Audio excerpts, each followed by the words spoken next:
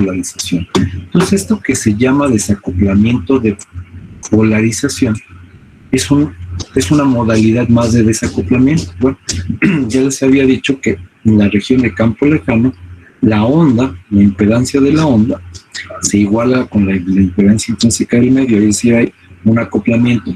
Si no estuviéramos en la región de campo lejano, habría un desacoplamiento de la impedancia de la onda con la impedancia intrínseca del medio. Pero aquí en este caso, este desacoplamiento ya no es de impedancias. Este desacoplamiento proviene de la polarización.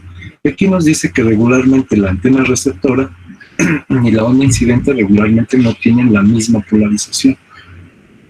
Entonces, además de que tenemos diferentes polarizaciones, de acuerdo a lo que acabamos de ver del concepto de polarización, tenemos que considerar que estas ondas incidentes de campo eléctrico, que por facilidad no vamos a identificar sus componentes, solamente lo vamos a poner de manera general, estará identificada por un vector unitario. Este vector unitario básicamente nos va a identificar cómo se está propagando esa onda y sus componentes asociados, de tal manera que este vector rho de omega o rho de W pues nos va a identificar justamente cómo se está propagando la onda. Bueno, entonces este vector rho de W nos va a poder ayudar a determinar este factor de pérdidas. ¿Cómo va a ocurrir eso? ¿Vale? Este vector unitario de la onda incidente lo vamos a poder utilizar para multiplicarlo con el vector unitario de polarización, es decir, de la antena receptor. Y entonces tenemos la intensidad de campo eléctrico de la antena receptor. Es decir, tenemos un campo incidente producido por una antena transmisora y tenemos el vector unitario de polarización de la antena receptor. Y este también va a tener este otro vector, y este vector se llama ρA. Este vector ρA nos va a permitir, junto con el vector ρW, el producto punto de estos dos vectores nos va a poder determinar justamente este desacoplamiento, este factor de pérdidas. ¿Cómo hacemos eso? Pues el factor de pérdidas por polarización no es más que el producto punto de estos dos vectores. Y estos dos vectores básicamente pues van a tener una dirección. Y esa dirección nos va a poder determinar si están alineados o si están ortogonales o si hay una diferencia entre ambos vectores. En términos generales, estos dos vectores lo que van a crear es un ángulo, este ángulo conocido como psi de P. Este ángulo formado entre los dos vectores, entre el vector de la antena transmisora o el ángulo en la intensidad de campo eléctrico incidente y el rho de A del vector unitario de la antena receptora, ¿vale? Pues la diferencia entre estos dos vectores, justamente el coseno de ese ángulo, la magnitud de ese coseno al cuadrado, nos va a determinar el factor de pérdidas por polarización. Bueno, resulta que este factor de pérdidas por polarización es adimensional, no tiene unidades para empezar. Y dos, cuando no hay pérdidas, entonces este valor tiende a la unidad. Es decir, cuando están perfectamente alineados uno respecto del otro, es decir, no hay pérdidas, el resultado de este factor de pérdidas por desacoplamiento nos dará un valor 1. Pero conforme este ángulo vaya creciendo y lleguemos, por ejemplo, al caso que lleguemos, por ejemplo, a 90 grados, el coseno de 90 pues resulta que va a ser 0. Y entonces el factor de pérdidas por desacoplamiento, cuando están los dos vectores de manera ortogonal uno respecto del otro, nos va a dar un factor de pérdidas igual con 0. ¿Qué va a ocurrir? Pues va a ocurrir justamente que la intensidad de campo eléctrico que vamos a estar teniendo en la antena receptora, multiplicado por este factor, lo que nos va a dar es que el voltaje en las terminales de la antena receptora multiplicado por este factor de pérdidas por polarización, lo que nos va a dar cero. Es decir, cuando dos antenas están ortogonales entre sí, tienen una polarización con estas características, pues vamos a dejar de recibir campo. Eso es lo que significa este factor de pérdidas por desacoplamiento o por polarización. Entonces, cuando tenemos un valor de 0 proveniente de este ángulo que se acerca a 90 o a múltiplos de 90, pues lo que va a ocurrir es justamente que vamos a tener una pérdida mayor. Es decir, vamos a dejar de recibir intensidad de campo eléctrico en la antena receptora. Cosa contraria, si tenemos dos antenas y las dos están alineadas, es decir, tendrán la misma polarización, no vamos a tener pérdidas, y entonces este factor de pérdidas por polarización será 1.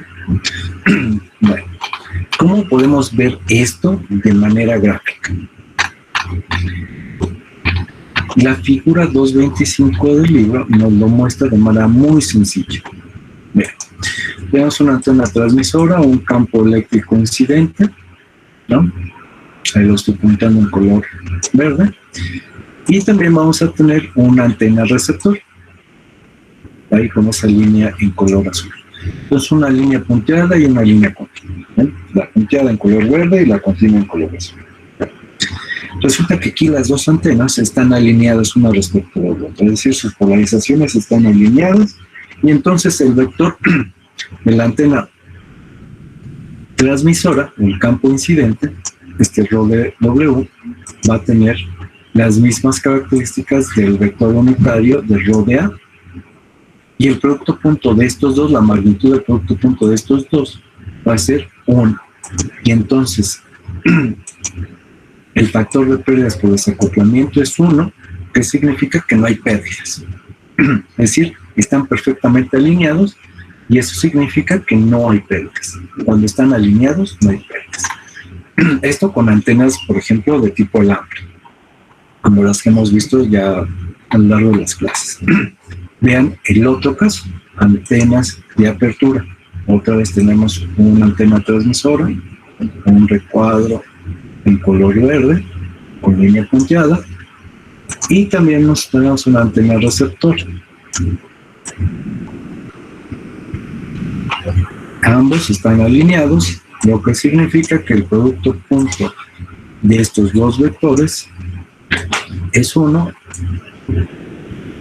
y esto significa que el factor de pérdidas por polarización es 1, y esto significa que no hay pérdidas, ¿no?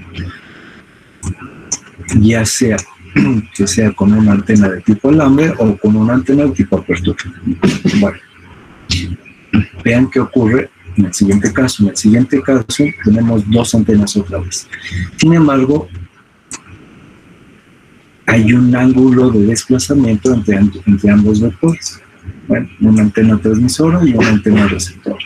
Transmisora en color verde, receptora en color azul. Línea punteada verde, línea continua azul. Bueno, el producto punto de estos dos vectores, por supuesto, ya no va a ser unitario. Es decir, ya no están alineadas. Ya hay una rotación entre las dos antenas. Esta rotación, por supuesto, va a estar representado ¿por qué? Pues por el ángulo sí formado por estos dos vectores. Y cuando metemos este ángulo a esta fórmula, es decir, la magnitud de este ángulo al cuadrado,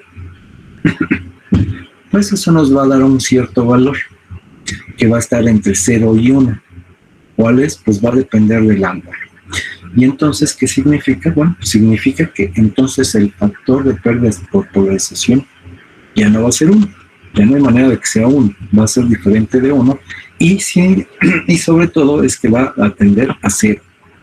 Y entonces cuando multipliquemos este factor de pérdidas por polarización por la intensidad de campo eléctrico en la antena receptora, pues esto nos va a atenuar la intensidad recibida en esa antena receptora.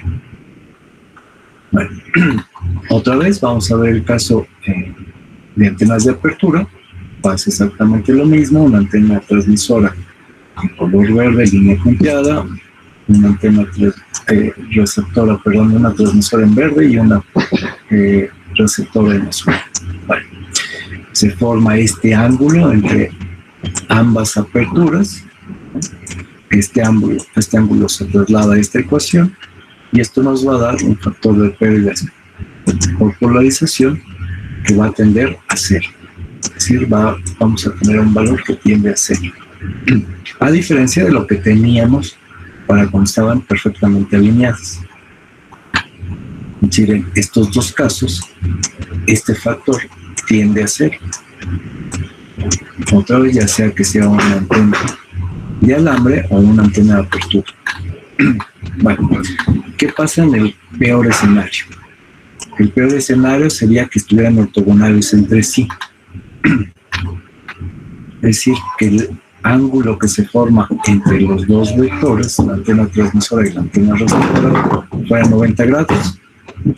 Este ángulo 7, si termina siendo 90 grados, el coseno del 90, al momento de meterla en la ecuación, pues resulta que entonces ya tenemos cero en el factor de pérdidas de polarización.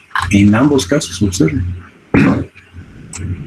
Y esta condición de ortogonalidad entre el vector unitario de la antena transmisora y el vector unitario de la antena receptora, es decir, onda incidente y antena receptora, pues nos va a dar cero. Y esta condición de cero entre estas dos condiciones, pues va a decir que vamos a recibir cero en la intensidad de campo eléctrico en la antena receptora. Bueno, de manera, digamos, muy gráfica, si tuviéramos dos antenas, por ejemplo, de polos cortos, una que se esté propagando a lo largo del eje Z y otra que se esté propagando, por ejemplo, a lo largo del eje X, ¿vale? Cuando llegue la intensidad de campo eléctrico producida por la transmisora y llegue a la receptora, ¿no? Seguramente la intensidad de campo eléctrico o el voltaje en las terminales de esta antena, que los quisiéramos medir con un voltmetro, pues lo que mediríamos es 0 volts, es decir, la intensidad de la onda incidente multiplicado por su vector rho de W respecto de la antena que tenemos aquí. Seguramente con esta condición que están ortogonales entre sí las antenas, seguramente lo que tendríamos es que este factor de pérdidas por polarización nos diera 0 volts en las terminales de la antena. Bueno, esto lo traducimos, bueno, pues a cualquier sistema de comunicaciones, digamos un router y un teléfono celular. El problema es que en estos sistemas nunca sabemos cómo están las antenas. Es decir, cómo está colocada la antena en mi teléfono celular que se conecta al router de Wi-Fi. No tengo idea. No sabemos porque están internos, tendremos que desarmar. ¿Qué es lo que hacen los fabricantes de estos dispositivos, tanto el router como el teléfono celular? Diseñan antenas que tengan una polarización que sea dependiente de la colocación del dispositivo, de tal manera que no importando cómo lo colocan, este factor de pérdidas por polarización no afecte la potencia recibida por la antena receptora, ya sea que el módem esté actuando como receptor o que el teléfono esté actuando como receptor. Entonces, es muy importante este concepto de factor de pérdidas por polarización y en general el concepto de polarización, porque en la práctica, bueno, es un factor muy importante cada vez que tenemos sistemas de dos antenas, una transmisora y una receptora. Bueno, pues con esto creo que terminamos el tema de polarización. Por supuesto, cuando lleguemos a las ecuaciones de Higgs, vamos a ver un ejemplo numérico de este tema del factor de pérdidas por polarización, porque es donde se utiliza, es decir, las ecuaciones que nos van a modelar la potencia transmitida respecto de la recibida, incluye este factor de polarización. Entonces, cuando lleguemos a ese tema, vamos a ver un ejemplo numérico de cómo funciona este tema de la polarización y este factor de pérdidas. Sin más, terminamos el tema de la clase de hoy y vamos a pasar rápido a sus dudas. Entonces, voy a poner ahí lo de la tarea y pues adelante, no sé si tengan alguna duda que quieran revisar.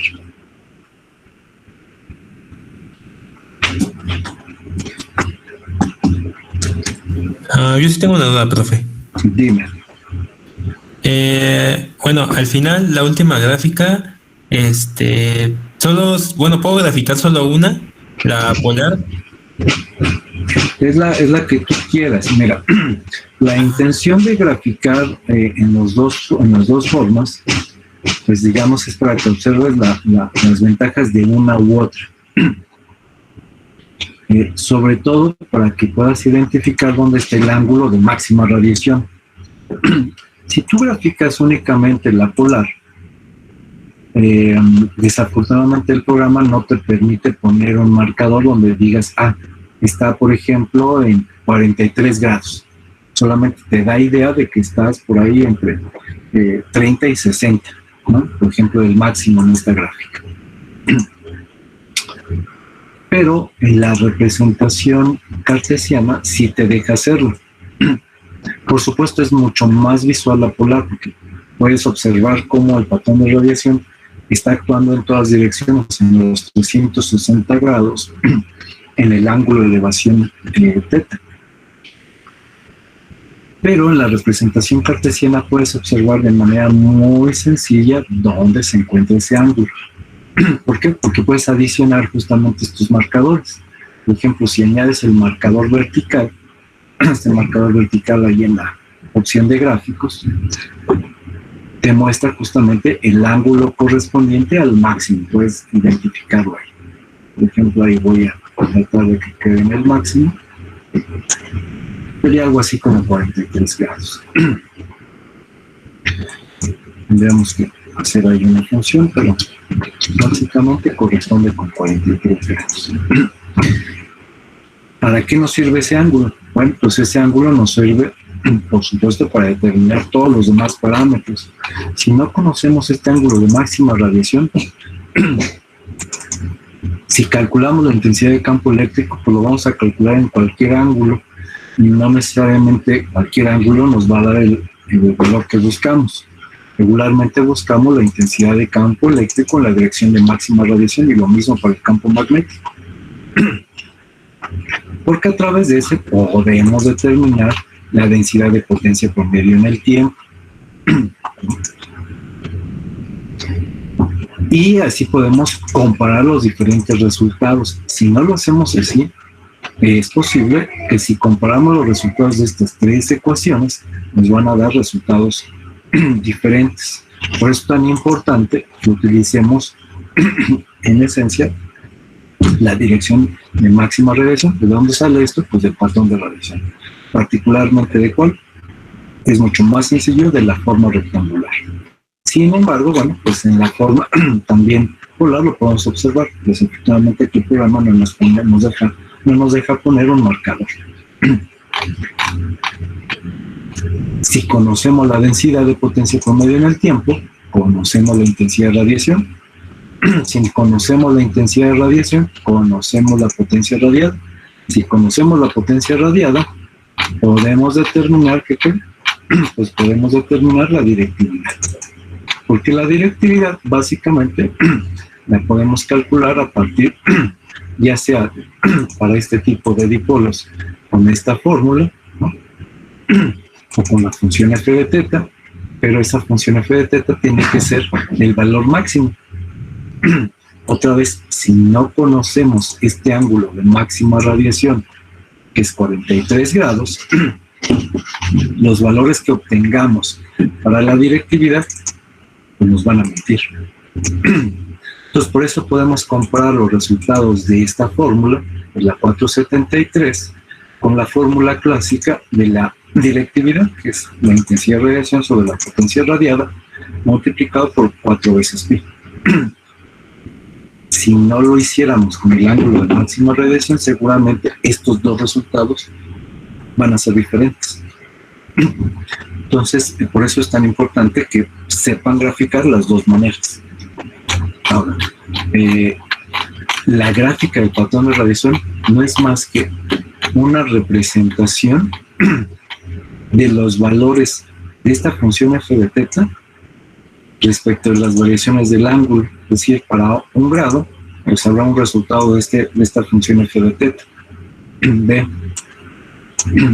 por ejemplo, aquí de teta, para 1 grado, el resultado de esa ecuación en grados será menos 0.041 o en magnitud 0.041.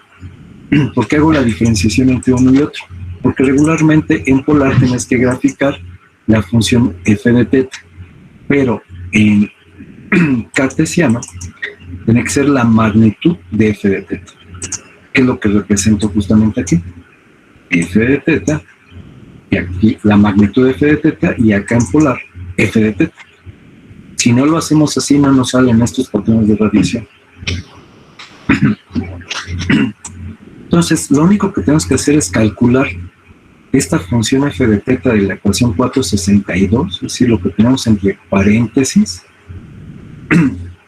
para cada uno de los valores de ángulo, desde 1 hasta 180.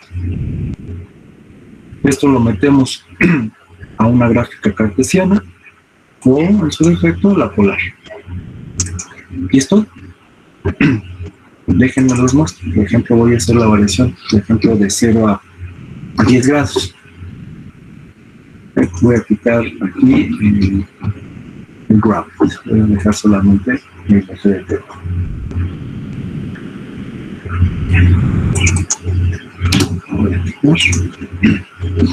Y aquí lo que me está mostrando en esta gráfica, observen, me está mostrando todos los valores posibles entre 1 grado y 10 grados. Por supuesto, están del lado derecho, pero el resultado me sale un valor negativo, menos 0.041, menos 0.82 y así, etcétera. Por eso están representados del lado izquierdo. Y así, si seguimos aumentando puntos, por ejemplo 30, ponemos más puntos y se va graficando más. Así podemos seguir. De 100 a 180. Bueno, por ejemplo, vamos a ir a primero a 90. Y continuamos.